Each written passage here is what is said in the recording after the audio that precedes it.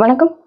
இன்னைக்கு எத பத்தி பேச போறேன் அப்படின்னா, தப்பு தாளங்கள் அந்த படத்த பத்தி தான் பேச போறேன். நம்ம தலைவர் நடிச்ச தப்பு தாளங்கள் அப்படிங்கிற படம். ஆக்சுவலி இது தலைவர் படம் அப்படிங்கிறத தாண்டி, இந்த மாரி ஒரு படம் எடுக்கிறதுக்கே கொஞ்சம் துணிச்சல் வேணும். பாலச்சந்தர் அவர்களுடைய படம்லாம் பார்த்தோம் அப்படின்னு சொன்னா, ஏதோ கொஞ்சம் டிஃபரெண்டா தான் இருக்கும். அந்த காலத்துல அவருடைய படங்கள்லாம் பார்த்தா, இப்படிலாம் எப்படி யோசிச்சிருக்க முடியும் அப்படிங்கிற மாரி இருக்கும். தப்பு தாளங்கள் அப்படிங்கிற படம் எப்படி இந்த மாரி ஒரு சிந்தனை எப்படி யோசிச்சிருப்பாங்க அப்படிங்கிறது இது நம்ம யாருமே யோசிக்காத ஒரு சைடு அப்படின்னு தான் சொல்லணும்.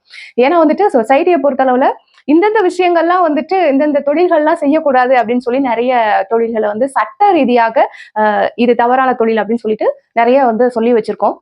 அந்த தொழில்கள் இன்னும் செஞ்சுகிட்டு தான் இருக்காங்க நெறைய பேர். அது இதுல காமிச்சிருக்கக்கூடிய எல்லா தொழிலுமே தேவையில்லாத வேலைகள தான் செய்றவங்க தான் காமிச்சிருப்பாங்க.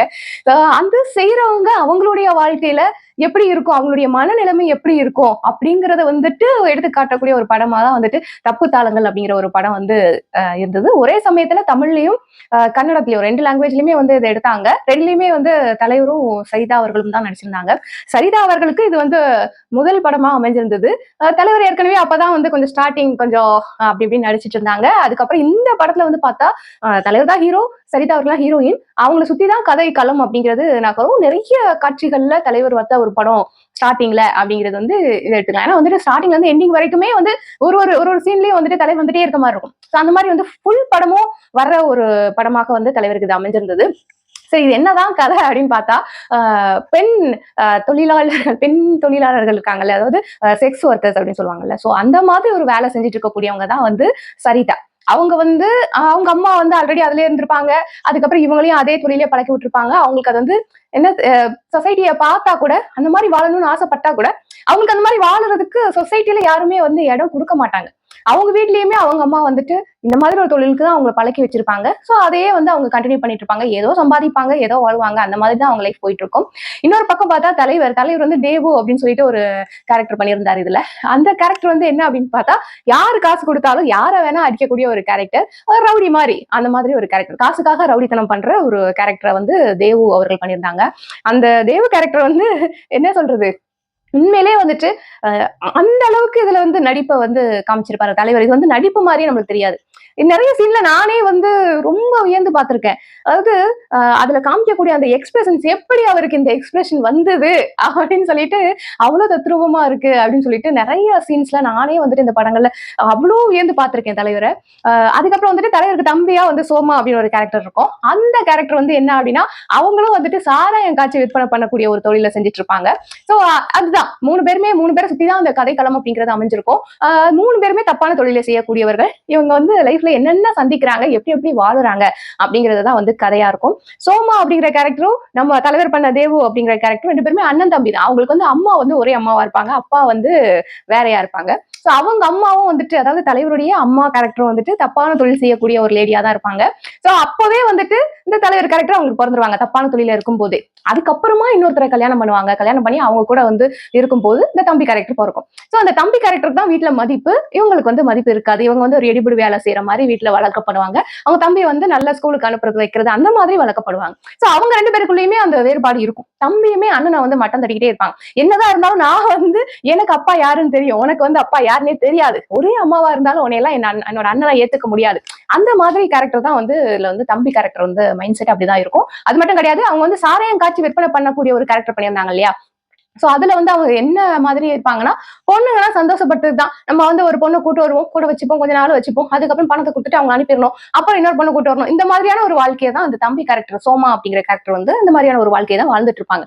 ஏன்னா நிறைய பணம் இருக்கும் அவங்க கிட்ட. சோ அந்த மாதிரி வாழ்வா. அதுல ஒரு டைலாக் கூட சொல்லியிருப்பாங்க. என்ன அப்படின்னா, பணம் காய்க்குமா, பணம் காய்க்குமா எங்கேயாவது நம்ம கேட்போம்ல, ஏன்னா எங்க வீட்டு மரத்துல பணமா காய்ச்சிருக்கு அப்படிங்கிற மாதிரி நம்ம வசனம் கேட்போம் இல்லையா. சோ அந்த மாதிரி ஒரு வசனம் இதுல வச்சிருந்தாங்க. பணம் காய்ச்சி பாத்திருக்கியா, பாருங்க பார் அப்படின்னு சொல்லிட்டு அந்த ஒரு சாராயம் காய்ச்சி வைக்கிற அந்த பாட்டில் எல்லாம் காமிப்பாரு. காமிக்கும் போது பாத்தியா, இதுதான் காய்ச்சின பாட்டில், பணம் காய்க்கிற பாட்டில் அப்படின்னு சொல்லுவாரு. அந்த வசனம் கொஞ்சம் யோசிக்கிற மாதிரி தான் இருந்துச்சு. பணம் காய்க்குமானா, காய்ச்சி வித்தா பணம் காய்க்க தான் செய்யும் அப்படிங்கிற மாதிரி அந்த டைலாக் போயிருக்கும். சோ அந்த மாதிரி ஒரு கேரக்டர் தான் தம்பி கேரக்டர். இந்த அண்ணா கேரக்டர் என்ன எப்படி அப்படின்னா, யார் என்ன திட்டினாலுமே காதல வாங்கிக்கிறது இல்லை. ஏன்னா சின்ன வயசுல இருந்தே அதெல்லாம் பார்த்து வளர்ந்ததுனால இவருக்கு அதெல்லாம் பெருசா இருக்காது. யாரையாவது அடிக்க சொல்றாங்களா, போய் அடிப்பாரு, அடிச்சுட்டு அதுக்குள்ள பணத்தை வாங்கிக்குவாரு, அந்த பணத்துல வாழ்க்கை ஓட்டிட்டு இருக்காரு. அந்த மாதிரியான ஒரு விஷயம் தான் நடந்துட்டு இருக்கும். சவிதா வந்து அவங்களுக்கு கிளையன்ஸ் வருவாங்க, கஸ்டமர்ஸ் வருவாங்க. அந்த கஸ்டமர் புடிச்சு குடுக்குறதுக்கு ஒரு புரோக்கர் ஒருத்தர் இருப்பாரு. சோ அவர் வந்து கஸ்டமர் அனுப்ப இவங்க வந்து அவங்களுக்கு கமிஷன் குடுத்துட்டு அவங்க தொழில் இது பண்ணிட்டு சம்பாதிச்சுட்டு இருப்பாங்க. இதுதான் வந்து போயிட்டு இருக்கும். ஒரு நாள் திடீர்னு என்ன ஆகும் அப்டின்னா, தலைவர் வந்து ஒருத்தர அரசியல் கூட்டத்துல போய் அடிக்க போக, அங்க வந்து போலீஸ் வந்து ஒரு மாரி பெரிய கலவரம் மாரி ஆயிடும். சோ போய் ஒளியணும் அப்டின்ட்டு சொல்லிட்டு போகும்போது, இந்த சரிதா அவங்க கேரக்டர் அவங்க பேரு வந்து சரசு அப்டின்னு வச்சுப்பாங்க. சரசு அவங்க வீட்ல போய் ஒளியதுக்காக போவாரு. ஒளியதுக்காக போவா அங்க ஏற்கனவே இன்னொருத்தர் இருப்பாரு உள்ள. உள்ள இருந்தோன்னே, ஐயோ என்ன ஏன் யார்யா நீ எதுக்கா இங்க வந்த இங்க வந்து ஏன் உட்காந்துட்டு இருக்க அப்படி இப்படின்னு கத்துவாங்க. கத்துனோன்னு அவங்க சொல்லுங்க என்ன ஆனாலும் சரி 2 மணி நேரத்துக்கு என்னால இந்த வீட்டை விட்டு வெளியே போக முடியாது. வெளியில வந்து போலீஸ் தேடிட்டு இருப்பாங்கல்ல. சோ வந்து அவங்க கையில மாட்டிக்கிட்டா ஜெயில போட்டுருவாங்க. சோ அதனால வந்துட்டு நான் வீட்டை விட்டு வெளியே போக மாட்டேன். உனக்கு எவ்வளவு பணம் வேணா நான் தரேன் அப்படின்னு சொல்லிட்டு அவங்க இன்னொருத்தர் இருப்பாங்கல்ல அவன் வந்து சொல்லி போயிருவான். இவன் வந்து உள்ள இருப்பாரு. இருந்துட்டு 2 மணி நேரம் கழிச்சு சரி ஓகே நான் போயிட்டு வரேன் அப்படின்னு சொல்லி எதுக்குயா வந்த நீ எதுக்கு வந்த எதுக்கு போற அப்படிங்கிற மாதிரி சரசு கேரக்டர் கேட்பாங்க. சோ அவங்களுக்குள்ள ஒரு சின்ன கான்வர்சேஷன் அதுல நடக்கும். நடக்கும்போது ரொம்ப தப்பா திட்டிட்டு போவான். அந்த உள்ள இருந்த ஒரு ஆள் வந்து ரொம்ப தப்பா திட்டிட்டு போவான். அப்போ வந்து அந்த சரஸ் கேரக்டர் வந்து தலைவர் கேரக்டர், தேவு கேரக்டர்ட்ட கேட்கும்போது, ரொம்ப தப்பா திட்டிட்டு போறானே உனக்கு கோவமே வரலையா? அப்படின்னா, எனக்கே கோவம் வரப்போகுது. அவன் சொன்னது கரெக்ட் தானே. அவன் சொன்னது கரெக்ட் தானே. கரெக்டா தானே சொல்லிட்டு போறான். நான் ஏன் கோவப்படணும்? அப்படிங்கிற மாரி கேஷுவலா கேட்பாரு. அப்புறம் ஒரு சில கான்வர்சேஷன்ஸ் போகும். போயிட்டு அதுக்கப்புறம் அவரும் போயிடுவாரு. வெளியில போயிடுவாரு. வெளியில போயிட்டு அந்த இடத்துல வந்து ஒரு சின்ன விஷயம் என்ன நடக்கும் அப்படின்னா, அவங்களுக்கு வந்து கொஞ்சம் கோல்டு இருக்கும், கொஞ்சம் இருமல் இருக்கும். இருமிட்டே இருக்காளே இவ அப்படின்ற மாரி கேட்பாங்க. என்ன இருமிக்கிட்டே இருக்கியே அப்படின்ற மாரி தேவ கேரக்டர் கேட்கும்போது, அவங்க சொல்லுவாங்க, இங்க வர எல்லாரும் வந்துட்டு பணம் மட்டும் தான் குடுப்பாங்களா? இந்த மாரி சில வியாதிகளையும் குடுத்துட்டு தான் போவாங்க. அப்படிங்கிற மாரி ரொம்ப சகஜமா அந்த சரசு கேரக்டர் சொல்லுவாங்க. அடுத்த நாள் வந்து இவர் வந்து போய் சினிமா பாக்குறதுக்காக போவாரு. அங்க இருமல் மருந்து அட்வர்டைஸ்மெண்ட் போகும். அப்படி இருமல் மருந்து அட்வர்டைஸ்மெண்ட் போகும்போது இவருக்கு வந்து அந்த பொண்ணோட ஞாபகம் வரும். அந்த பொண்ணு நேத்து இருமுச்சே அப்படின்னு சொல்லிட்டு அவங்க ஞாபகம் வந்துட்டு உடனே போ அப்படின்னு சொல்லி இருமல் மருந்து வாங்கிட்டு அவங்க வீட்டுக்கு போவாங்க. போய் கொண்டு போய் கொடுப்பாரு. கொடுத்து இந்த மாதிரி இருமல் இருந்துச்சுல உனக்கு அதனால மருந்து வாங்கிட்டு வந்தேன்னு சொன்னோன்னா அவங்களுக்கு வந்து அது ரொம்ப வித்தியாசமா இருக்கும். நம்ம வீட்லயே யாருமே நமக்கு இந்த மாதிரி பாசம் எல்லாம் காமிச்சது இல்ல. வர்ற கஸ்டமர்ஸும் யாருமே வந்து இந்த மாதிரி பாசம் காமிக்கக்கூடிய கஸ்டமர்ஸ் யாரும் வரமாட்டாங்க அந்த இடத்துக்கு. அப்படி இருக்கும்போது முதல் தடவையா ஒருத்தர் வந்து நமக்கு வந்து பாசம் காமிக்கிறாரு அப்படின்னா அந்த பொண்ணுக்கு வந்து எப்படி இருக்கும் அந்த மாதிரி ஒரு மாதிரி வித்தியாசமா பார்ப்பாங்க. என்ன இவன் இப்படி எல்லாம் பண்ணிட்டு இருக்கான் அப்படிங்கிற மாதிரி. ஆனா மருந்து வாங்கி கூடி அது குடிச்சேன்னா சரியா போயிடும் அப்படின்னு சொல்லிட்டு கொடுத்துட்டு போயிருவாரு. அவங்களுக்கு வந்து அது ஒரு புது மாதிரியான ஒரு எக்ஸ்பீரியன்ஸா இருக்கும். இவன் ஏன் என் மேல இந்த மாதிரி ஒரு அக்கறைப்பட்டு வர்றான் அப்படின்னு சொல்ற மாதிரி இருக்கும். அவருக்கும் வந்து பிடிச்சிருக்கும், இவங்களுக்கும் பிடிச்சிருக்கும். அப்படி இப்படின்னு பேசி சமாதானம் ஆக்கி ஒரு நாளைக்கு வந்து ப்ரப்போஸ் பண்ணுவாரு. நீயும் தப்பா தான் ஏதோ பண்ணிட்டு இருக்க, நானும் தப்பான ஒரு தொழில் தான் பண்ணிட்டு இருக்கேன். 2 பேருமே இதை விட்டுருவோம். விட்டுட்டு வந்து நம்ம வந்து மாதிரி நல்லபடியா திருந்தி வாழலாம் அப்படின்னு சொல்லிட்டு கேட்கும்போது ஸ்டார்டிங்ல அவங்களுக்கு ஓகேயா இருக்காது. அதுக்கப்புறம் யோசிச்சு அந்த சரசு கேரக்டர் வந்து ஓகே நீ கேட்டேல ஓகே நம்ம வந்து இனிமே நல்லபடியா உழைச்சு வாழலாம். மத்தவங்க மாதிரி நம்மளும் வந்துட்டு நல்லபடியா ஒரு வாழ்க்கையை நடத்தலாம் அப்படின்னு சொல்லிட்டு அவங்க யோசிப்பாங்க. அதுவும் அந்த மாதிரி ஒரு லைஃபையும் ஆரம்பிச்சிருவாங்க. இனிமே நாங்க இந்த தப்பெல்லாம் பண்ண மாட்டோம். அவரும் வந்து அடிக்கடி எல்லாம் விட்டுருவாரு. இந்த அம்மாவும் வந்துட்டு இவங்க பண்ண தொழில் எல்லாம் விட்டுருவாங்க. ஒரு மாதிரி நல்லபடியா வாழ ஆரம்பிப்பாங்க. அந்த தம்பி கேரக்டர் இருக்கு பாத்தீங்களா, சோமா கேரக்டர். அந்த சோமா கேரக்டர் வந்து இவங்களை வாழ விடக்கூடாது அப்படின்ற மாதிரி நிறைய விஷயங்கள் பண்ணிட்டே இருப்பாங்க. ஒரு ஸ்டேஜ்ல என்ன ஆகும் அப்படின்னா கல்யாணம் பண்ணிக்கலாம். அவங்க வந்து சரஸ் வந்து பிரெக்னண்டா இருப்பாங்க. சோ கல்யாணம் பண்ணிக்கலாம் அப்படின்னு சொல்லிட்டு கல்யாணத்தை நிச்சயம் ரிஜிஸ்ட்ரேஷன் ஆபீஸ் இருக்கு, கல்யாணம் ரிஜிஸ்டர் பண்ணிக்கலாம் அப்படின்னு சொல்லிட்டு அவங்க ரிஜிஸ்ட்ரேஷன் ஆபீஸ்ல போய் டேட் எல்லாம் ஃபிக்ஸ் பண்ணிட்டு வந்துருவாங்க. வந்ததுக்கு அப்புறமா அந்த குழந்தை இறக்குறதுக்கு அவங்க தம்பி வந்து காரணமா இருப்பாரு. ஒரு மாதிரி அந்த அவங்களை வந்து வலுக்கட்டாயமா ரேப் பண்ணி அவங்க வந்து குழந்தைய வந்து சாகடிச்சுவார். சோ அந்த மாதிரி ஒரு விஷயம் நடக்கும்போது இன்பிட்வீன்ல என்ன ஆகும் அப்படின்னா இவர் தேவு கேரக்டர் வந்து ஜெயிலுக்கு போற மாதிரி ஆயிடும். சோ அவங்க தம்பி கேரக்டர்ட்டே கடன் வாங்கியிருப்பாங்க, வேலைக்கு டெபாசிட் பணம் கட்டணும் அப்படின்னு சொல்லிட்டு தேவு கேரக்டருக்கு தெரியாம அவங்க தம்பி கேரக்டர் போய் இந்த சரசு கேரக்டர் வந்து கடன் வாங்கிட்டு வந்துருவாங்க.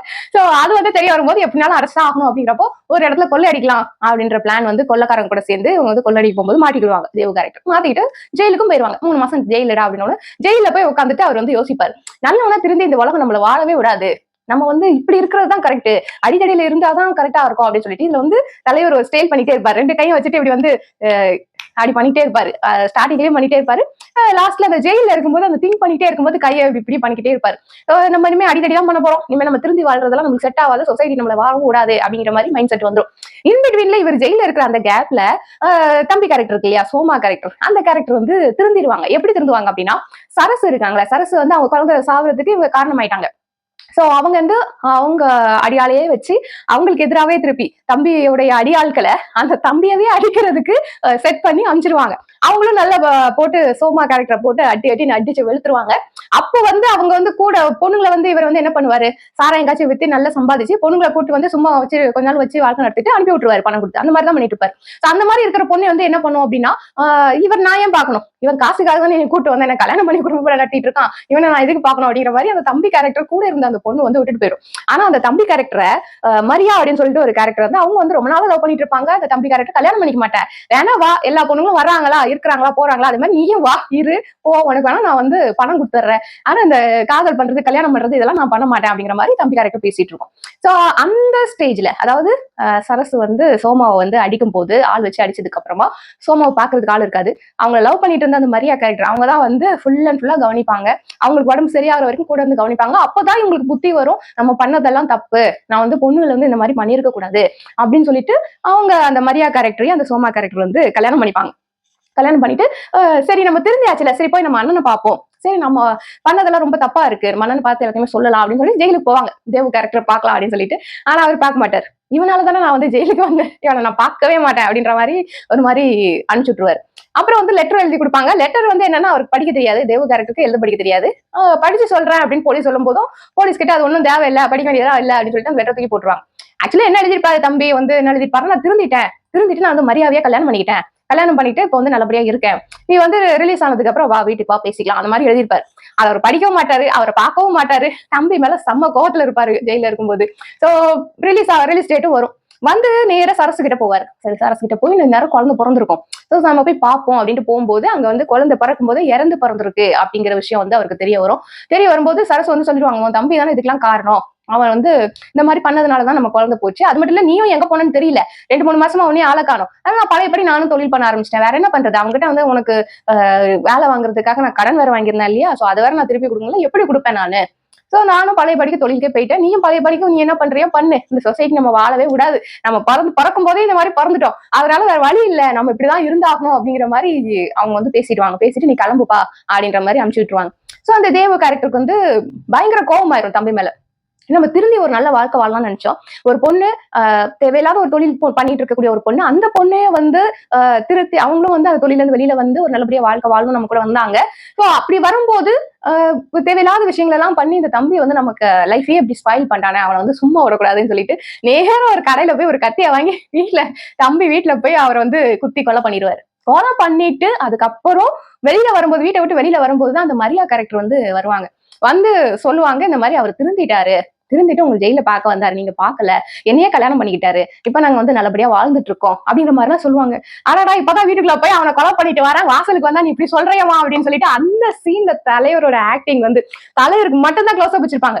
நான் போய் அவர் கூட்டு வரேன்னு சொல்லி அந்த பொண்ணு உள்ள போயிடும், உள்ளதான் கொலை பண்ணி போட்டிருக்காரு, எப்படி கூட்டு வர முடியும், இதெல்லாம் தெரியும் அவருக்கு, என்ன ஆன்சர் பண்றதுன்னே அவருக்கு தெரியாது, போய் கூட்டு வா போ அப்படிங்கிற மாதிரி செய்ய காமிச்சிட்டு அப்படியே சிரிப்பாரு, பயங்கரமா ஒரு சிரிப்பு. அந்த பொண்ணு உள்ள போனோன்னா ஒரு அலற சத்தம் கேட்கும், அந்த அலற சத்தம் கேட்டோன்னா அந்த சிரிப்புல இருந்து அப்படியே சோகமா மாறும் மூஞ்சி. சோ அது வந்து என்ன சொல்றது, அது அது ஓகே, அதுவும் வந்து நடிப்பு நல்லா இருக்கும். அதை தாண்டி வந்துட்டு ஒரு மாதிரி தயங்கி தயங்கி தயங்கி நடிச்சிருப்பாரு இதுல. அது நம்ம நம்ம பொறுப்பு இப்படி இருக்கே, நம்ம வந்து முன்னாடி நின்று இது பண்ணலாமா, நம்ம வந்து இதெல்லாம் கேட்கலாமா, நம்ம ஒரு பொண்ணு கிட்ட பேசும்போது இப்படி எல்லாம் பேசலாமா, இது செய்யறதுக்கு நம்மளுக்கு உரிமை இருக்கா, நம்மளால செய்யலாமா அப்படிங்கிற மாதிரி நிறைய விஷயங்கள்ல அந்த தயங்கி தயங்கி தயங்கி பேசுற அந்த ஒரு நடிப்பு வந்து தலைவரோட நடிப்பு வந்து இதுல வந்து சூப்பரா இருக்கும், செம்மையா இருந்துச்சு. அதாவது எத்தனை வாட்டி பார்த்தாலும் வந்துட்டு திரும்ப திரும்ப திரும்ப திரும்ப எனக்கு அது எப்படி அவ்வளவு பெர்ஃபெக்டா அந்த கேரக்டருக்கு பொருந்துற மாதிரி எப்படி வந்து தலைவர் நடிச்சாரு, அது நடிப்புன்னே சொல்ல முடியாது, உண்மையாவே அவர் அந்த மாதிரிதான் இருப்பாரோ அப்படிங்கிற மாதிரி நமக்கு தோணும். அந்த மாதிரி எல்லாம் வந்துட்டு அந்த கேரக்டர் அவ்வளவு அழகா பெர்ஃபெக்டா பண்ணியிருந்தாரு. கடைசியில வந்து என்ன ஆகும் அப்படின்னா, அவர் கொலை பண்ணிட்டாரு, அவர் ஜெயிலுக்கு போனோம். சரசும் வந்து ஒருத்தவங்க கிட்ட தகராறு பண்ணிட்டு இருப்பாங்க, அவங்களையும் போலீஸ் வந்து இழுத்துட்டு வருவாங்க. கடைசியில 2 பேரும் ஒரே போலீஸ் வேன்ல உட்கார்ந்து ஜெயிலுக்கு போற மாதிரி அந்த படத்தை காமிச்சிருப்பாங்க கிளைமேக்ஸ்ல.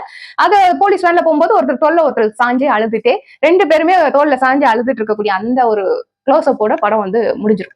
அதுல வந்து சரசு வந்து ஒரு இது சொல்லுவாங்க, அதாவது பொறப்ப வச்சுதாங்க எல்லாம் அப்படிங்கிற மாதிரி ஒரு டைலாக் சொல்லுவாங்க. அடுத்த ஜென்மத்திலேயாவது நம்ம வந்து நல்லபடியா பிறக்கும் போதே நல்லபடியா பிறந்து அதுக்கப்புறமா நம்ம வந்து வாழ்க்கையை பத்தி யோசிக்கலாம். ஏன்னா இந்த தடவை பிறக்கும் போதே நம்மளுக்கு இந்த மாதிரியான ஒரு நிலைமை வந்துருச்சு. சோ அது நம்ம திருத்தவும் முடியாது, இந்த சொசைட்டி நம்ம திரும்பி வாழவும் கூடாது அப்படிங்கிற மாதிரி ஒரு டைலாக் சொல்லுவாங்க. அது என்னவோ உண்மைதான். அதாவது தப்பான தொழில் செய்யக்கூடியவங்க அவங்களுக்கு பறக்கக்கூடிய குழந்தைங்களோட நிலைமை அப்படிங்கிறது இந்த சொசைட்டில ரொம்ப கேள்விக்குறியாதான் இருக்கு. அந்த தொழில இருந்து அவங்களால வெளியில வரவே முடியாது. இதை அடிப்படையா வச்சு நிறைய படங்கள் அந்த காலத்துல வந்திருக்கு. இன்னொரு படத்துல கூட இந்த மாதிரிதான், அதாவது தவறான தொழில் செய்யக்கூடிய ஒரு லேடி, அவங்களுக்கு ஒரு பெண் குழந்தை பிறகுது, அந்த குழந்தையும் நார்மலா ஸ்கூலுக்கு போறாங்க, படிக்கிறாங்க, காலேஜ் போறாங்க, எல்லாமே பண்ணுவாங்க. ஆனா சொசைட்டில மதிப்பு இருக்குமா அப்படின்னு கேட்டா இருக்கவே இருக்காது. கடைசியில எல்லாத்துலயும் முட்டி மோதி அவங்களை கடைசியில அதே தொழில தள்ளி விட்டுருவாங்க. சோ அந்த மாதிரி எல்லாம் படங்கள் வந்திருக்கு. அதுதான், அதாவது தப்பான இடங்கள்ல பிறக்கக்கூடிய குழந்தைகளோட தலையெழுத்து அப்படிங்கிறது வந்து அந்த மாதிரி அமைஞ்சிருது. சொசைட்டி வந்து அதை ஏத்துக்கிறதே இல்ல. சரி, அம்மா தான் தப்பு பண்ணிட்டாங்க, பொண்ணு வந்து அந்த மாதிரி இருக்க வேணாம், அவங்களுக்கு ஒரு நல்ல எதிர்காலம் இருக்கட்டும், நல்லபடியா வாழட்டும், அந்த மாதிரி எல்லாம் வந்து சொசைட்டி விடவே மாட்டாங்க. சொசைட்டி அப்படிங்கிறது வந்து ஒரு பெரிய தவிர்க்க முடியாத, எதிர்க்க முடியாத ஒரு விஷயமா வந்து எல்லா இடத்துலயும் அப்படிதான் இருக்கு. ஒண்ணும் பண்ண முடியாது. அது சொல்லுவாங்கல்ல, "ஒல வாய மூடினாலும் ஊர் வாய மூட முடியாது" அப்படிம்பாங்க. சோ அதுதான் இந்த படத்துல வந்து அததான் காமிச்சிருப்பாங்க. சோ ஓவரால் வந்துட்டு எல்லாமே தப்பு தப்பா தொழில் பண்றவங்க ஒரு ஸ்டேஜ்ல திரும்பி வாழ நினைக்கும் போது எசகு பசக்கா என்னெல்லாமோ நடந்து போயிடும். அந்த மாதிரி இதுல என்ன அப்படின்னா, ஒருவேளை வந்து தேவு வந்து சோமாவை மீட் பண்ணியிருந்தா, சோமா நல்லபடியா வாழ்ற அத பார்த்திருந்தா, அதுக்கப்புறம் இவங்களுடைய வாழ்க்கை மாறி இருக்குமோ? இல்ல, ஆஹ் சோமா வந்து திருந்தினதுக்கு அப்புறமா சரசு போய் சந்திச்சிருந்தா, சரசு நான் வந்து திருந்திட்டேன், இந்த மாதிரி மரியாவை கல்யாணம் பண்ணிக்க போறேன், நீ வந்து இனிமே கஷ்டப்படாத, தேவு வர வரைக்கும் நான் உன்னை பாத்துக்கிறேன், அந்த மாதிரி ஏதாவது நடந்திருந்தா, இந்த மாதிரிலாம் நான் யோசிப்பேன். இந்த மாதிரிலாம் நடந்திருந்தா எப்படி இருக்கும் அப்படிங்கறதெல்லாம் யோசிப்பேன். அதெல்லாம் இல்லாம இது படம் இப்படிதான் இருக்கும் அப்படிங்கிற மாதிரி வந்துட்டு ஒரு மாதிரி முடிச்சிருந்தாங்க.